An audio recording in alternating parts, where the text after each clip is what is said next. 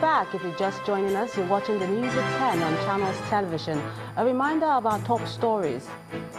Suspected kidnapper Chukwudumeme Onwa-Madike, also known as Evans, pleads guilty to allegations of kidnap as his lawyer claims he was intimidated by the police. President Muhammadu Buhari arrives in Daura, Katsina State for the Salah celebrations after presiding over his first Federal Executive Council meeting since he returned from medical leave in London. The Economic and Financial Crimes Commission, EFCC, says it has recovered over 400 billion naira in its fight against corruption since the beginning of the year. Governor of Texas tells residents to brace up for more downpour as Storm Harvey continues to move inward.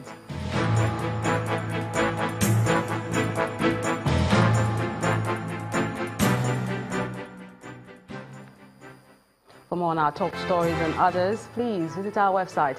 It's channelstv.com and on youtube.com/channelsweb. You can also watch us on the go on your mobile device. Log on to m.channelstv.com or download the Channels TV app for Android, iOS and Windows devices from their respective stores. The Channels TV and Channels 24 app will give you access to news and updates. You also have access to the Eyewitness feature, so you can be part of the news. Just install the app, then tap and swipe to reveal the Eyewitness menu and follow the instructions to share those pictures, videos, or news of happenings around you. And let's have some of the pictures that you sent into our Eyewitness portal, beginning with this one from Maryland here in Lagos State, showing a queue of vehicles held down by traffic. And next is this one, a road at Ipoba in Benin, the Edo State capital, showing an illegal mining site. Our Eyewitness reports that this is causing erosion and wants it stopped. From the Enugu Port Harcourt Road in River State comes this next set of pictures. It shows the bad state of what our Eyewitness reporter calls a federal road. According to him, many vehicles are being trapped on this road, which needs urgent attention. And still on roads is this last picture for tonight, showing this place. Our Eyewitness reporter says is at Ondo Road, Ijebu-Ode in Ogun State. He calls on the government to fix it to ease movement of motorists. We thank you for sending these images, and please note that you too can report events around you. You need to just download the Channels Television's free app from their stores and follow the instructions. And let's move now to Benue State, where flash floods continue to scare more residents in Makurdi, the state capital, after the heavy rains which began on Sunday intensified 4 days in a row. Thousands of houses have been submerged, with the floods spreading across major districts, and residents complain that they have not received any help from the National Emergency Management Agency, NEMA. Nothing appears to have escaped the wrath of the Makurdi flood waters. Car owners try to salvage their half-drowned vehicles along Do Palace Road, Achusa. The land vehicles that have escaped drowning have their amphibious abilities tested as they ferry their owners to safety, with many residents looking on in bewilderment. My house is completely submerged. 2 of my cars completely submerged. You can see one out here. The other one is inside the compound, and there was nothing I removed from my house because the water had come up to window level when we tried to escape. Whatever household items that can be salvaged are evacuated into a waiting van preparatory to escaping the flood waters. Another victim, a widowed mother of 5 at the BIPC housing estate, laments the extent of damage to the only property she owns. And look at now, we don't have anywhere to stay. Our things are still inside because the time they wake us up, we were unable to pack them outside. So everything is like that. Some will be destroyed. Maybe if the water went, we'll be able to bring our mattress outside to dry. But those electronic, we can't bring them out. The flood is no respecter of persons. Not even the journalists who report its activities.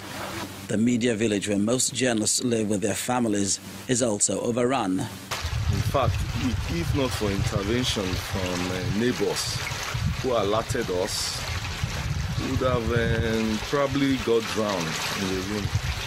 And as you can see, practically everywhere is deserted. Everyone has left here. It's been 4 days now, but the Makurdi flood continues its relentless surge, underscoring the need for the state and federal disaster management agencies to mount an urgent rescue operation towards preventing possible loss of lives from drowning.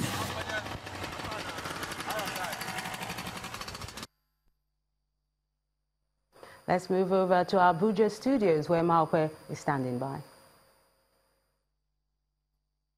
Well, hello, Melinda. Following the accusation and counter-accusation between the Nigeria Police Force and one of its former officers, Senator Issa Misau, over whether or not he followed due process in terminating his services with the force, the Police Service Commission has waded into the matter. The senator representing Bauchi Central is to appear before a special panel chaired by retired Justice of the Supreme Court, Honorable Justice Adekeye, on Wednesday, September the 6th. In its letter of invitation, the panel wants Senator Misau to explain the genuineness of the 2 letters of retirement provided by the Police Service Commission. According to the letter, quote, the Police Service Commission, the only organ saddled with the statutory responsibility of issuing letters of retirement to all police officers except the IGP, has a vital role to play in determining the authenticity of this letter, end of quote. Senator Misau is to appear before the panel with the original copy of his letter of retirement for authentication. Now, global rights watchdog Amnesty International is asking Nigeria to enhance transparency concerning allegations of secret detention and other forms of enforced disappearance in the country. This comes after the federal government recently established a National Technical Committee on the establishment and management of a database of missing persons. The International Commemoration of Missing Persons has brought the issue to the fore, with many Nigerians missing as the country continues to grapple with many security challenges.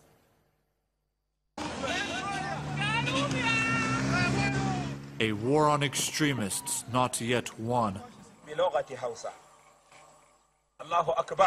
Here are some casualties. Missing but not nameless, the wall conveys loved ones and citizens. On an international day commemorating missing persons, global watchdog Amnesty International blames the Nigerian government.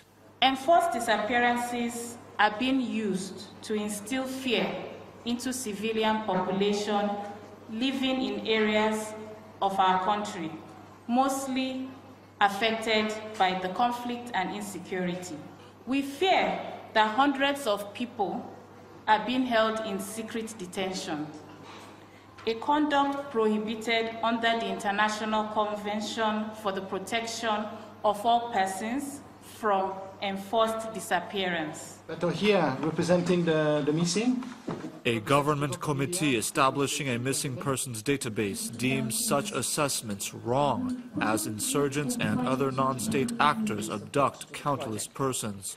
The establishment of a national database of missing persons in Nigeria does not attempt to attribute responsibility for death or disappearance, nor would it make findings as to the cause of such incident. It is rather an independent humanitarian mechanism that aims at responding to the rights of families to know the fate and the whereabouts of their missing persons, a need often considered by the families as priority if it can provide them with meaningful answers. Focused less on attribution and more on results, the International Committee of the Red Cross, ICRC, offers a progress report. Today, the ICRC and the Nigerian Red Cross, we're still looking for 10,480 persons missing. We have been able to locate 746 individuals, out of which 580 have been reunified with their families, but the remaining is so big. Missing but not forgotten, they remain silent in depiction and in reality. But loved ones do not forget, do not move on, and do not stop hoping that the silent will speak again. Ajuri Ngelale, Channels Television News. Well, joining us now on the News at 10 is Osai Ojigo, who is the director of Amnesty International in Nigeria. Thank you for coming on News at 10. Thank you very much. Well, Amnesty International says that enforced disappearances are perpetrated by state agents or people acting on their behalf.